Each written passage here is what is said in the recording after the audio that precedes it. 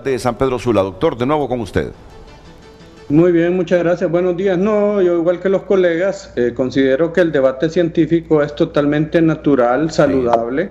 O sea, en medicina no existen absolutos. De hecho, esto es parte de la historia misma de la medicina. Usted va a encontrar en todas las ramas de la medicina que hay puntos de controversia que tienen décadas de estarse discutiendo, de presentarse estudios a favor o en contra, y eso es totalmente normal en el debate de la ciencia médica. En la medicina, todas las cosas que hoy son sometidas de nuevo a rigor y posteriormente cambian y van teniéndose actualizaciones. En lo puntual, nosotros en nuestro equipo, con el protocolo Catracho, hemos sido bastante rigurosos. De hecho, ya presentamos a la universidad, al Comité de Bioética de la universidad, este protocolo fue aceptado, se generó un proyecto de investigación que está en camino, estamos siguiendo toda la metodología con rigurosidad, análisis estadístico independiente, que nos va a permitir tener conclusiones más fundamentadas en ciencia para poder darle el mejor tratamiento a los pacientes. Al final del día, lo más importante es que nos tenemos que concentrar en nuestros pacientes, que son personas que acuden todos los días buscando un tratamiento, y nosotros tenemos que tratar de ofrecerles el mejor tratamiento posible, el más seguro posible, dentro de la evidencia que vaya existiendo en una enfermedad que estamos todos haciendo. Ahí el puntito clave es la hidroxicloroquina. Ya lo decía Umaña, que es para aplicarse en pacientes con problemas leves y moderados, y no ya cuando están bien complicaditos, porque la hidroxicloroquina, y esto sí quiero que usted me lo aclare, porque también la OMS se ha pronunciado, en vez de reducir inflamaciones, las aumenta. Por favor, quiero escuchar su opinión sobre esto. Sí, el debate de la hidroxicloroquina es un debate que está fundamentado en dos visiones, digamos, desde el punto de vista científico. Originalmente, la recomendación de la hidroxicloroquina fue a través de un estudio realizado en Marsella, con un grupo pequeño de pacientes, más o menos unos 60 pacientes, donde mostraba reducción de la cantidad de virus que se replicaba en el organismo humano asociado a este virus COVID-19. Después apareció otro trabajo que combinaba la hidroxicloroquina con acitromicina y mostraba aún más los porcentajes de reducción alrededor de los 7 a 10 días. Entonces, ese es un medicamento que en principio la recomendación ha sido de carácter viricida, es decir, disminuir carga viral, no tanto en relación a la regulación del sistema inmunológico como tal.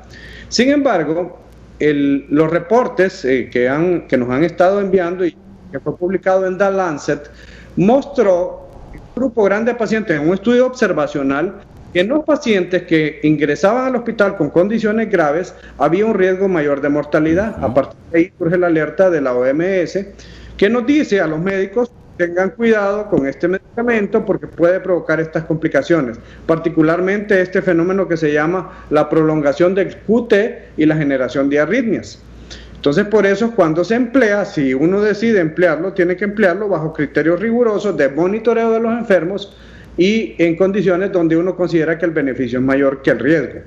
En el caso particular de los pacientes graves, que son los que se atienden con el protocolo Catracho, digamos, en el protocolo que nosotros estamos utilizando, la combinación, digamos, es multimodal, involucra fármacos que tienen acción antiviral, fármacos que tienen acción antiinflamatoria, fármacos que tienen anticoagulantes y estrategias de soporte de oxígeno para tratar de reducir la posibilidad de intubación y de infecciones secundarias, que es una de las cosas que hemos observado que aumenta la mortalidad en los pacientes. O sea, el hecho de que se infectan de manera secundaria o que están muchos días en cuidado intensivo.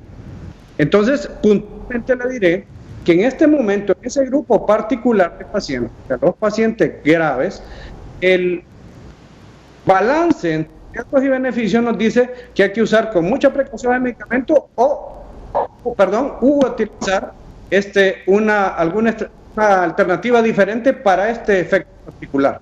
Nosotros en general, como antiinflamatorios, lo que estamos usando son corticosteroides, colchicina, otro fármaco que se está evaluando desde el punto de vista científico. Hay varios estudios en camino, uno de ellos es el GRIP, otro se llama Colcorona, grandes de pacientes para su utilidad en la modulación de la respuesta inmunológica, aparte del estudio que nosotros estamos corriendo, que es un estudio, es un Open Label Trial en el país con el agregado de colchicina y adicionalmente un fármaco que mencionó el doctor Eumay, se llama tocilizumab, que es un medicamento que bloquea la interleucina 6, que es una de las sustancias que se elevan rápidamente, pero que en nuestro país tiene un costo bastante elevado y es poco disponible.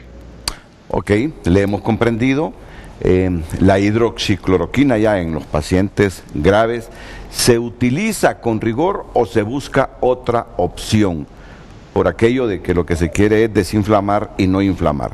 Así, desde la perspectiva mía, que no soy médico, así le he comprendido. Y bueno, miren ustedes que si uno analiza lo que dijeron los médicos en el Hospital Escuela y lo que está diciendo aquí el doctor Oscar Díaz, coinciden pues. Si se va a aplicar hidroxicloroquina en un paciente ya en estado grave, más bien se puede complicar la salud de ese paciente. Solo en casos bien rigurosos y bien monitoreados se utiliza la hidroxicloroquina o se utiliza un medicamento alterno que no complique la salud en el paciente. No sé, doctor, si lo he interpretado bien. Es correcto. Eso es lo que dijo Oscar Díaz, ¿no? Correcto.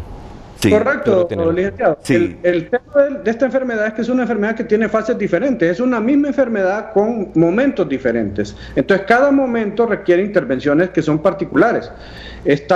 Los médicos del Hospital Escuela están muy correctos cuando dicen que el tratamiento es individual, y eso es correcto. O sea, no hay una receta de cocina, sino que cada paciente tiene sus propias condiciones, cada paciente tiene su momento, cada paciente necesita. Incluso ese mismo paciente que uno lo puede tener, por ejemplo, en una sala COVID, en un estadio temprano, puede evolucionar 24 horas después en un estadio grave y entonces ahí hay que cambiar rápidamente el enfoque. Y esa fue una de las cosas que a nosotros nos motivó con el grupo que lidera el doctor Sierra Hoffman a iniciar el estudio, porque nosotros en nuestras primeras evaluaciones, datos que ya hemos compartido con la población médica, observábamos cuál era nuestro porcentaje de mortalidad bajo un enfoque, digamos, estándar, recomendado originalmente por las guías de OMS, y qué estaba pasando. Empezábamos a pensar de una forma diferente y cuando empezamos a tener evidencia de otras cosas, de otros estudios, principalmente los estudios de autopsias en Italia, que nos mostraron claramente que el proceso de inflamación y de generación de coágulos eran como factores muy importantes en las causas de muerte de los pacientes. Eso nos hizo cambiar el enfoque. Está correcto. Está correcto. Yo veo coincidencia entre lo que dicen los médicos del Hospital Escuela y lo que está diciendo el doctor Oscar Díaz. Voy a escuchar aquí al doctor Omar Videa. Ha quedado claro también que el tratamiento de maíz que abandera el doctor Videa son para los casos leves y moderados, ¿verdad? Correcto. ¿O leves? Leves. El tratamiento maíz, esta propuesta de conjunto de 4 medicamentos que es importante mencionárselos a la población, que son el microdacin, la citromicina, la ivermectina y el zinc, son para la primera fase y está determinado a emplearse para 2 o 3 poblaciones objetivas. Hemos visto cómo países como Costa Rica ha buscado alternativas en función de, o hacer una contención a las tasas de letalidad, las cuales son las más bajas en Centroamérica. Entonces, escuchando a los colegas en Centroamérica y conociendo la estrategia que ellos en ese país siguieron, que fue a base de hidroxicloroquina, sabíamos que había la necesidad de hacer un planteamiento que trajera como consecuencia la intervención de manera temprana, porque si los sistemas sanitarios de los países desarrollados colapsaron, no digamos cuál sería el escenario que se venía para Honduras. Y quiero decir con ello de que no estamos todavía saliendo de esa fase donde podemos llegar al colapso.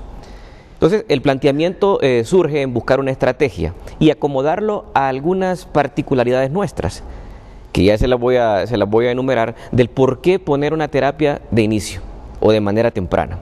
Entonces comenzamos a analizar y fue el 10 de mayo, Día de la Madre, que después de estar en altas reuniones, en comisiones técnicas y donde los medicamentos surgieron, las propuestas, de la plataforma de lucha contra COVID-19, que hay que reconocerlo, a ese grupo de maestros nuestros, a los cuales, lógicamente, mi admiración y respeto, donde estuvimos debatiendo sobre los fármacos. Entonces, teníamos que buscar varias condiciones. Entonces, sabíamos que teníamos que buscar medicamentos que redujeran la carga viral. Sí. O sea, no es que le va a quitar la enfermedad, Claro. sino que pueda pasar a usted con síntomas leves que a lo mejor pasen hasta desapercibidos. Sí. O sea, si usted le bajan la carga viral, o sea, si la enfermedad no es tan potente, lógicamente su cuerpo lo va a poder resistir. Porque una vez que está instaurada la enfermedad, va a llevar su curso. Entonces, lo que queremos es bajar esa carga, bajar esa capacidad, esa fuerza que la enfermedad ataca. Esto es como un huracán al cual se le viene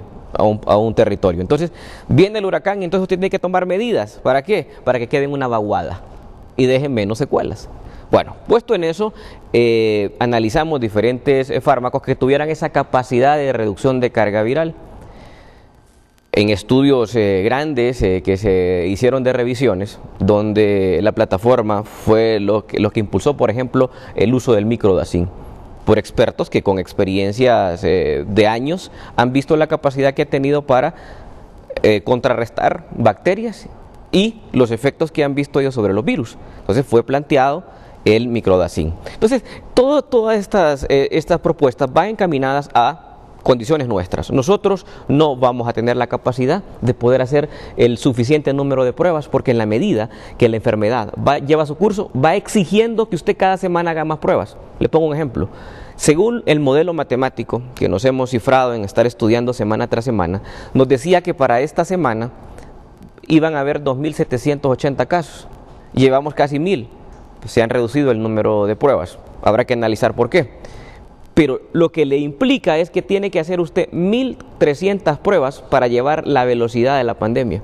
Para llevar la velocidad, no tal vez para tener el contexto real de la situación. Entonces, si nos estamos quedando haciendo menos pruebas, lógicamente vamos a tener menos resultados, no así más casos, porque los casos van a seguir evolucionándose en la medida que va siguiendo. Entonces, ¿cuál es la población objetiva?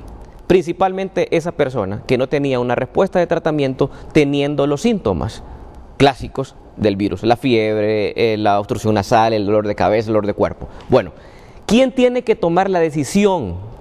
Es la comunidad médica, en el sentido de yo lo encuentro con síntomas, estoy en Yamaranguila, no tengo pruebas de laboratorio para constatar si esa persona tiene o no la enfermedad. Hemos visto que es clave y crucial la intervención temprana. Si usted deja que el virus le avance y lo espera de brazos cruzados, eso es letal. Eso es letal. Entonces, sí, esa población donde no tiene acceso a pruebas, pero que tiene síntomas, ¿y quién tiene que decidir eso? El médico. Es un tratamiento exclusivo para tomar decisiones médicas. No se puede automedicar nadie. No es un tratamiento profiláctico. No, porque solo actúa si hay virus. Si no hay virus, no va a hacer absolutamente nada en función al propósito que se persigue. Entonces, poblaciones en las cuales están con síntomas y no tienen pruebas. Hay otro grupo, personas que están asintomáticas, que se está viendo mucho. ¿Por qué? Con la apertura de la economía se están haciendo tamizajes o testeos a personas donde se les está identificando como positivos, siendo asintomáticos. Hay un porcentaje que anda entre el 30 y el 50% de la población que está asintomática, pero tiene la capacidad de contagio, en la medida que andan alta carga viral, pero su sistema inmunológico es tan fuerte que no permite que desarrolle síntomas, pero sí permite que pueda contagiar a otro que no ande tan bien en su sistema inmunológico, que sea un adulto mayor, que tenga comorbilidades, que sea hipertenso, que sea diabético, y a esa persona sí le puede dar síntomas. Entonces, esa población también hay que tratarla. ¿Por qué? Porque hay un 3 a un 5% que puede escalar de una fase asintomática a una fase grave. Eso sí ocurre en COVID-19. O sea, que no va a pasar con los síntomas clásicos, sino que va a correr de asintomático a caso grave y fulminante. Entonces, usted puede pararlo, porque esa condición con descenso de carga viral no va a pasar a más, porque va a pasar como una simple gripe al que le dé gripe. Entonces, esas son las poblaciones objetivas y, lógicamente, el paciente ideal para tratarse, aquel que tiene síntomas y aquel que tiene una prueba positiva. Pero sabemos que en las circunstancias actuales del país, en relación a diagnósticos laboratoriales, esa condición es poco probable. Usted lo puede ver en las ciudades como San Pedro Sula, Tegucigalpa, La Ceiba, pero en el interior del país usted no puede estarse esperando a poder esperar una prueba para tomar una decisión, claro, 10 a 12 días después. ¿Y de dónde surgen estos medicamentos? No los hemos inventado, no los hemos creado nosotros. Nosotros somos humildes lectores de la medicina. Han estudiado los medicamentos. Que han dado resultados en otros países y los hemos conjuntado y los hemos han dicho, combinado. a mí me interesa mucho la hidroxicloroquina, por ejemplo, pero desde el primer momento, desde el 10 de mayo, dije, la hidroxicloroquina no puede venir en este protocolo. ¿Por qué?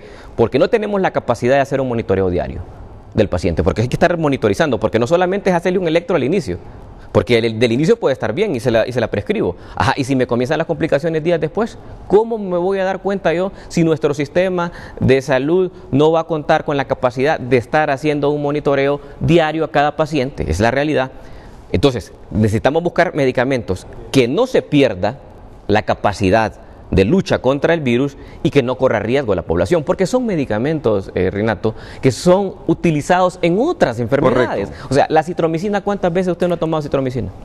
Infinidad. Igual. Infinidad. Incontable. ¿Cuántas veces no nos ha tocado usar un antiparasitario como la ivermectina? Ok, pero tampoco usted sataniza la hidroxicloroquina. No, para nada. Lo que digo es que si no tenemos la logística para poderla emplear en el primer nivel, no se debe de dar. Si está un paciente que le van a garantizar, por ejemplo, el Instituto Hondureño de Seguridad Social, que sí tiene esa capacidad logística de estar dando seguimiento a los pacientes, hay algunos pacientes que el Seguro Social los ha tratado con hidroxicloroquina de manera comunitaria. Pero cuando usted hace recomendaciones de Estado, tiene que ver también las condiciones.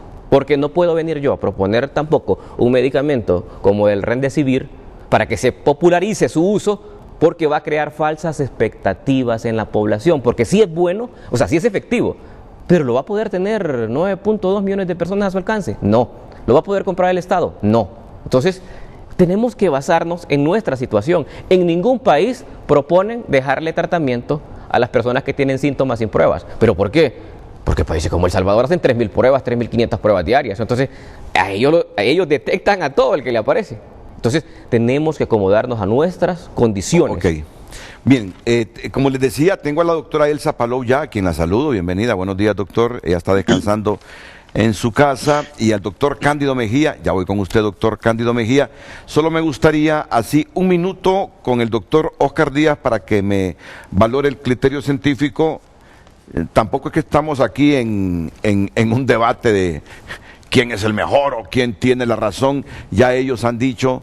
No nos hemos inventado esos medicamentos que aplicamos en nuestras plataformas, sino simplemente hemos estudiado, los hemos combinado para tratar de reducir la carga viral. Eso es puntito, eso es el puntito, reducir la carga viral para que la gente no llegue ya casi colapsada a las unidades de cuidados intensivos. Ese es el objetivo, ese es lo sencillito de esto. Por favor, doctor Oscar Díaz.